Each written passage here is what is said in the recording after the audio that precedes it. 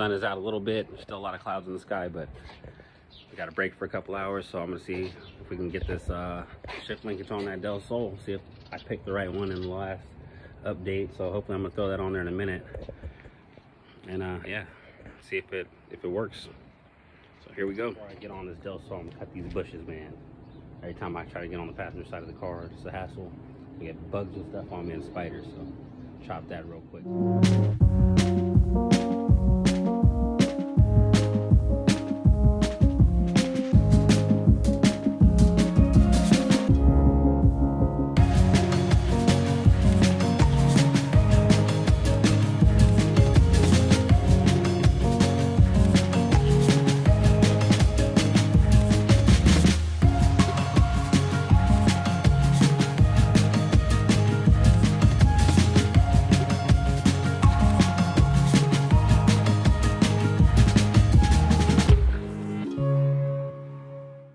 We've been getting pushed so much mud over here. Oh my god, it's like came out the side over here and just halfway into the car.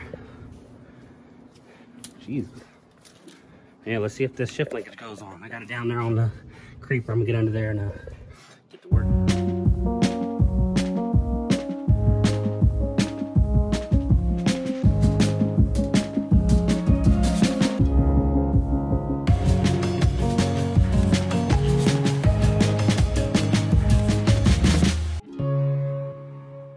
Gray linkage is officially the wrong linkage. God dang it. This bar right here is too short by like an inch or two. So back to the drawing board, grab all these linkages and see what we got. See what we can make with these. Hopefully one of them is the right one. No, the one that was on there in the first place was wrong also, so take that one out too. Jesus. I'm gonna try these welded ones because people often weld them for DelSol. So let's get the welded linkage on there and see what we can do. Dang it. Might clean them up and make them look better. Things look horrible. But try that one next, I guess. If somebody knows the definitive way to tell which ones are for DelSol, let me know. So I made one with the long bar I had and the actual shift. The one that actually shifts, not the stabilizer, because the stabilizer, this one's the right length.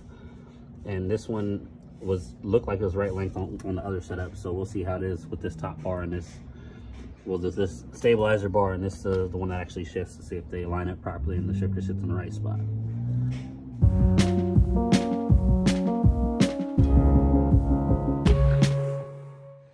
That one also did not work out. I also got the longer stabilizer on there.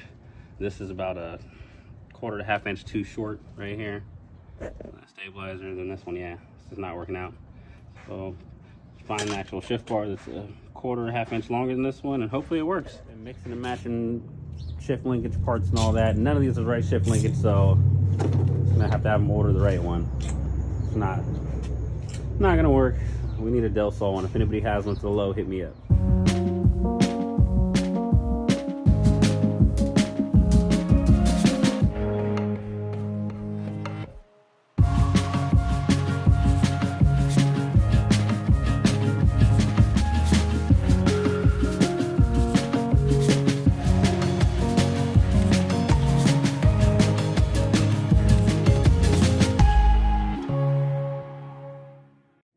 Today we're just running problem after problem. Shift linkage isn't working out. Got to buy another one of those.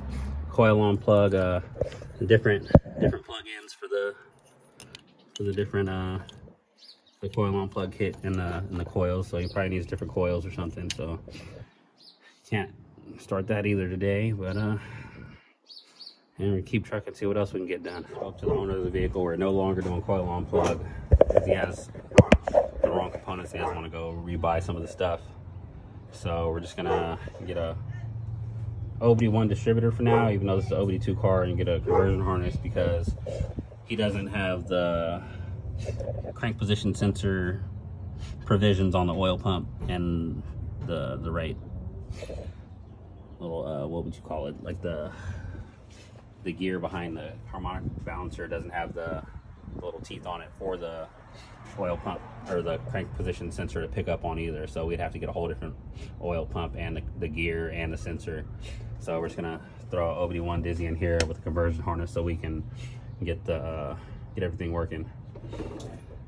So yeah, also need one of those. So who has a OBD1 B series VTEC Dizzy, let me know. So since I don't have the parts and stuff needed to continue working on the DelSol right now, some questions for you guys.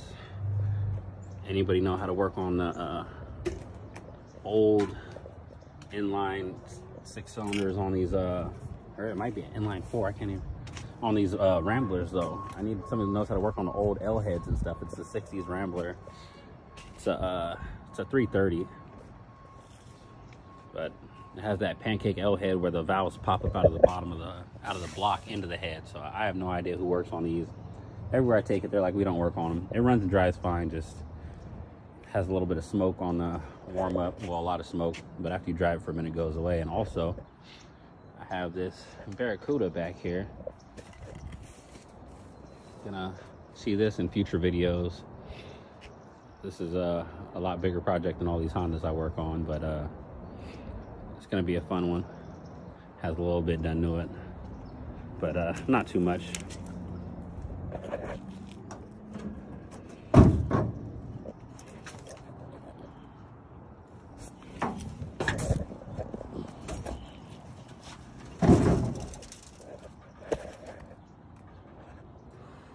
Everything's still there. It was a runner when it was parked, but it obviously needs a lot of help to come back. Clean out the whole fuel system, his ignition system going, everything. Change the belts, see what's all rusted up and what's not. But yeah. Tell me what you guys think we should do to this. My friend Alex is telling me to just LS swap it and call it a day, and not even deal with any of this. Just switch it out to a whole newer setup. They already make a mount kit for this, I'm pretty sure. So yeah, you guys let me know what I should do, and we'll get it done. I just got off the phone with the Honda guru, Larry Fong, OG homie. He said I can bypass the crank position sensor by putting 2 wires together, so I'm gonna look that up and try that out, and then I can run a OBD2 distributor on here and not have to get an OBD1 and get a jumper harness or any of that. So that helps out a lot.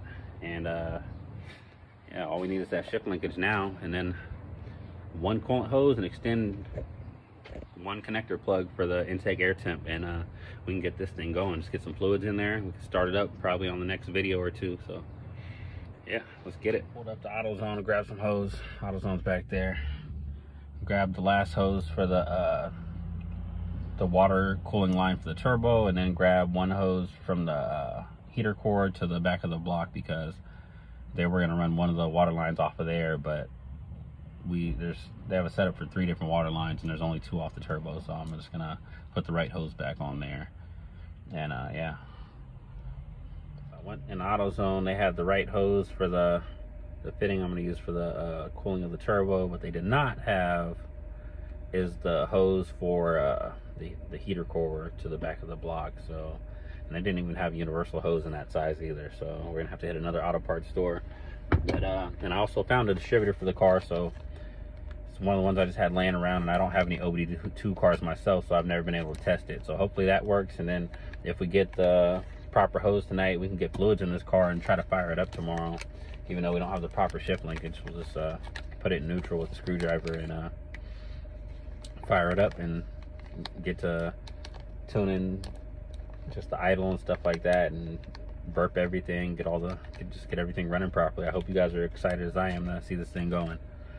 So yeah, this video or next video is going to be a startup video or an attempt, because I didn't build the motor, so we'll see what's going on.